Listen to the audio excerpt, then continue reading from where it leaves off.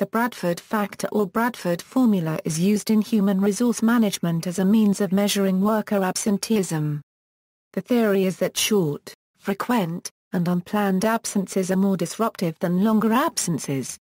According to the Chartered Institute of Personnel and Development, the term was first coined due to its supposed connection with research undertaken by the Bradford University School of Management in the 1980s.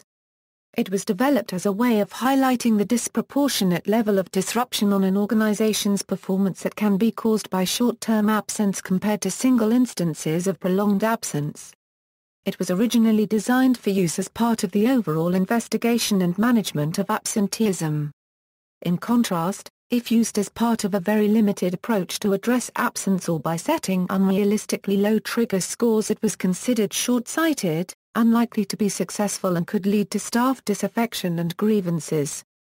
The use of the Bradford Factor often provokes heated debate.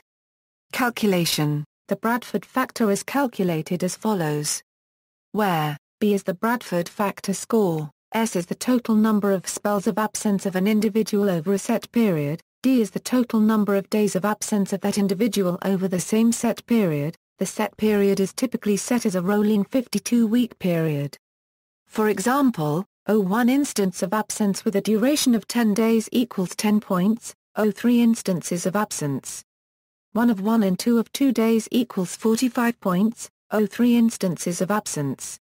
1 of 1, 1 of 3 and 1 of 6 days equals 90 points, 05 instances of absence. Each of 2 days equals 250 points, 10 instances of absence.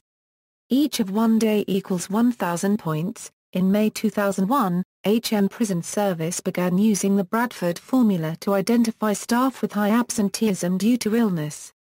The Bradford Formula is used to calculate an attendance score.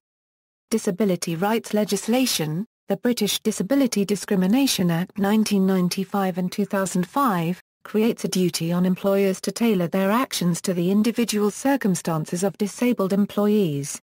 As certain disabilities may lead to a greater likelihood of short-duration absences or to a higher total of days of absence, caution is needed in taking action as a consequence of the data generated from the application of the Bradford Factor.